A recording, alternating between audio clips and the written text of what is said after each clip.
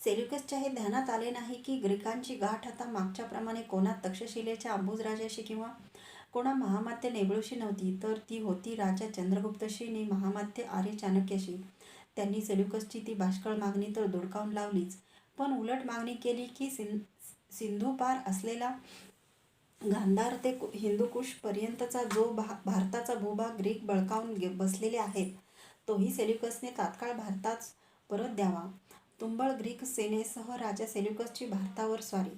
त्यामुळे चवताळून सेल्युकस हा सिकंदरच्या हाताखाली कसलेल्या ग्रीक सैन्यानिशी इसवी सन पूर्व 315च्या जवळपास सिंधू नदी ओलांडून भारतावर स्वारी करता झाला. सिकंदरची पहिली न गाजलेली इसवी सन पूर्व 329ची गांधाराकडील लहानशी स्वारी सोडून दिली असता त्याने सिंधू ओलांडून इसवी सन पूर्व 327 केलेल्या नी मागे सविस्तर वर्णिलेल्या त्या पहिल्या स्वारीनंतर सिंधू ओलांडून आलेली ग्रीकांची भारतावरील ही दुसरी स्वारी होय. परंतु यावेळी सिंधू नदी उतरून सेल्युकस पुढे येताच त्याला ती पूर्वीची सिकंदरच्या वेळची भारतीय राज्य गणराज्यांची फुटकळ सैन्य कोठेच दिसेनात. मध्यंतरीच्या काळात चंद्रगुप्त चाणक्याच्या प्रयत्नामुळे नि पराक्रमामुळे भारताचा जो राजकीय नि सामरिक कायाकल्प झालेला होता तो पाहून सेल्युकस चकित झाला, गोंधळला.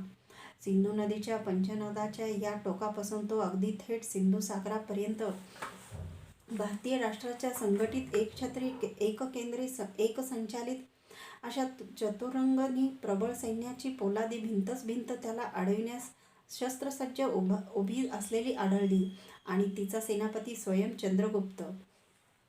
त्या दोन्ही युयुत्स सैन्याची गाठ पडताच निकराच्या रणकंदनास आरंभ झाला. ग्रीकांनी आपल्या पराक्रमाची पराकाष्ठा केली, पण शेवटी त्यांची भारतीय सैन्याने कोणत्या तरी सिंधू परिसरातील 2-3 रणात त्या स्थलाचे नावही उपलब्ध नाही इतकी दानादान उडवून दिली की सेल्युकसला त्या निर्णायक पराजयामुळे विजयी चंद्रगुप्तास शरण जाण्यावाचून गत्यंतर उरले नाही. राजा पौरवाच्या पराभवाचा सूड. सिकंदरच्या वेळेस ग्रीकांनी केलेल्या पौरवाच्या पराजयाचा, इतर अत्याचारांचा आणि अपमानाचा चंद्रगुप्ताच्या ह्या निर्णायक विजयामुळे पादाक्रांत झालेल्या ग्रीकांवर भारताने असा पुरेपूर सूड उगविला. तेव्हा विजयी सम्राट चंद्रगुप्ताच्या सर्व अटी पराजित सेल्युकस मुकाट्याने मानता झाला. या अटीप्रमाणे यवन सम्राट सेल्युकसने सिंधू नदीच्या इकडल्या बाजूच्या पंचनद ते सिंध प्रभृती भारतीय प्रदेशावर ग्रीक जो अधिकार सांगत होते तो अधिकार सोडून दिला. इतकेच नव्हे तर सिंधूच्या पलीकडला जो गांधार ते हिंदुकुश प्रभृती भारतीय प्रदेश ग्रीकांच्या हातात पडला होता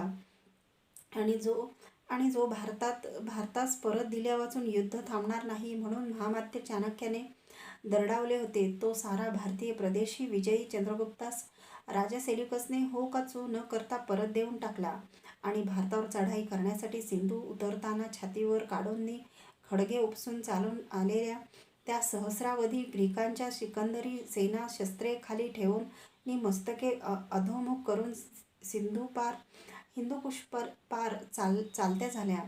भय बिन होय न प्रीत. चंद्रगुप्ताच्या ह्या विजयामुळे त्याच्या भारतीय साम्राज्याची सीमा सेल्युकसच्या ग्रीक राज्याशी भिडून गेली होती आणि त्या दोन्ही राज्यांच्या मधली सीमारेषा होती हिंदुकुश पर्वताची पंक्ती. या भारतीय साम्राज्याच्या बलाढ्यतेची आणि चाणक्य चंद्रगुप्ताच्या व्यक्तिमत्वाची अशी काही छाप यवनाधिपती सेल्युकसच्या मनावर पडली की अशा साम्राज्याशी विरोध करण्यापेक्षा त्याच्याशी मनपूर्वक स्नेह जोडण्यातच आपल्या ग्रीक राज्याचे कल्याण आहे अशी त्याची निश्चिती पडली. दुसरे असे की सेल्युकसच्या इतर सीमावर जी राज्ये होती ती ग्रीकांचीच असतानाही त्याची प्रतिस्पर्धी शत्रुस्थाने होती. त्यांनाही धाक पडावा यासाठी चंद्रगुप्तासारख्या बलाढ्य सम्राटाशी दृढ मैत्री संपादने हे सेल्युकसला हितावहच होते. या कारणामुळे त्या यवनाधिप सेल्युकसने सम्राट चंद्रगुप्ताशी मनपूर्वक चिरंतन मैत्रीचा संधी केला. इतकेच नव्हे तर राजकीय आणि राष्ट्रीय स्नेहबंधाला त्या दोन राजकुलातील शरीर संबंधाचा वैयक्तिक जिव्हाळाही लाभावा यासाठी त्या ग्रीक नरेशाने आपल्या कन्येचा सम्राट चंद्रगुप्ताशी विवाह करून दिला. महामात्य चाणक्याचा प्रभावी प्रबंध, त्या स्वतंत्र सुविशाल नि अखंड साम्राज्याचा सारा प्रबंध महामात्य चाणक्याने पात्रा विवेकानुसार किती कठोरपणे, किती प्रबळपणे नि तरीही किती कनवाळूपणे ठेवला होता हे स्वतः त्या राजकार्य धुरंधर पुरुषानेच लिहिलेल्या कौटिल्य अर्थशास्त्र ह्या विख्यात ग्रंथावरून त्या भारतीय साम्राज्याच्या पुढे न्यूनतः 100 वर्षे तरी वाढत गेलेल्या आणि दूरवर पसरत गेलेल्या अजिंक्य प्रभावावरून दिसून येते. त्याचप्रमाणे चाणक्याच्या त्या प्रभावी प्रबंधामुळे साऱ्या राष्ट्रात शांतता, सुव्यवस्था आणि सुखसंपन्नता कशी नांदत होती तेही सेल्युकने चंद्रगुप्ताच्या राज्यसभेत ठेवलेल्या ग्रीक राजदूत मॅगेस्थेनिस याने लिहिलेल्या प्रतिवृत्तावरून परस्परेच प्रत्यायास येत आहे. केव्हा एका दिवसात घडलेल्या एखाद्या ऐतिहासिक घटनेचा प्रभाव एक सहस्र वर्षाचे ऐतिहासिक भवितव्य ठरवून टाकतो. चंद्रगुप्ताने ग्रीकांच्या केलेल्या पराभवाचा परिणामही तसाच किती दूरवर प्रभाव पाडू शकला ह्याविषयी इंग्रजी इतिहासकार विन्सेंट स्मिथ म्हणतो की सिकंदर सेल्युकसच्या स्वाऱ्यांच्या बोजवारा उडवून चंद्रगुप्ताने केलेल्या ग्रीकांच्या ह्या निर्णायक पराभवामुळे पुढे जवळजवळ 1500 वर्षेपर्यंत तरी युरोपमधील कोणतेही राष्ट्र हिंदुस्थानावर स्वारी करू शकले नाही.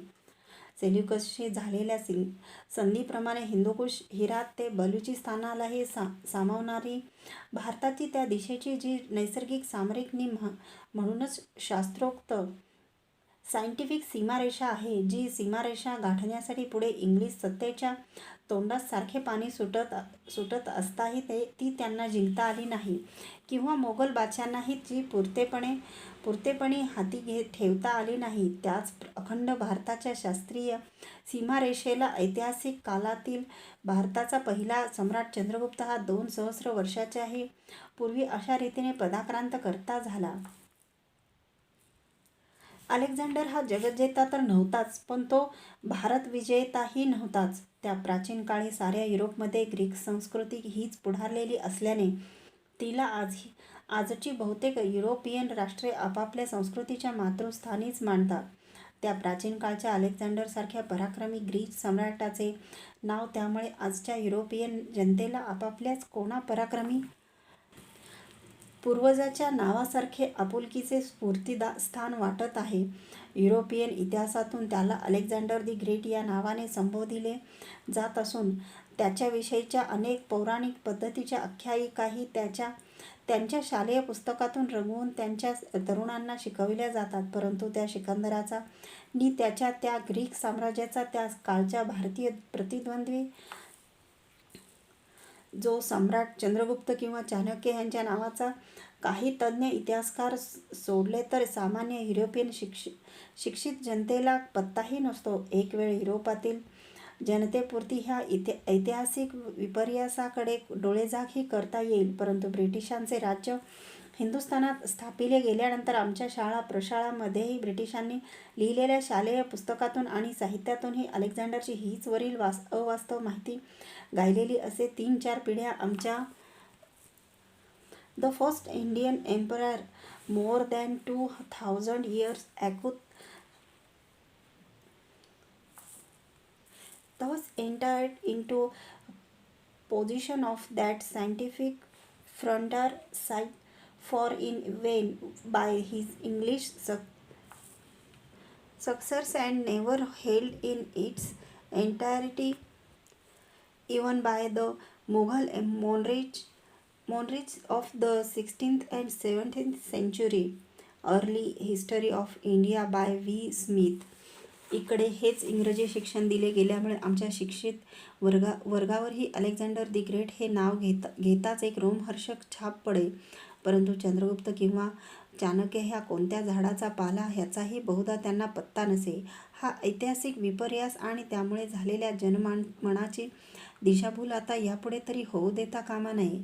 सिकंदराविषयीच्या पौराणिक अशा प्रचलित दंतकथा सोडून दिल्या तरी प्रत्यक्ष भारतीय इतिहासाशी संबंधित असलेल्या आणि सिकंदराची नसती बडेजावी करून भारतास हीनपणा आणणाऱ्या आख्यायिका तरी आमच्या शालेय पुस्तकातून किंवा साहित्यातून काढून टाकल्या पाहिजेत.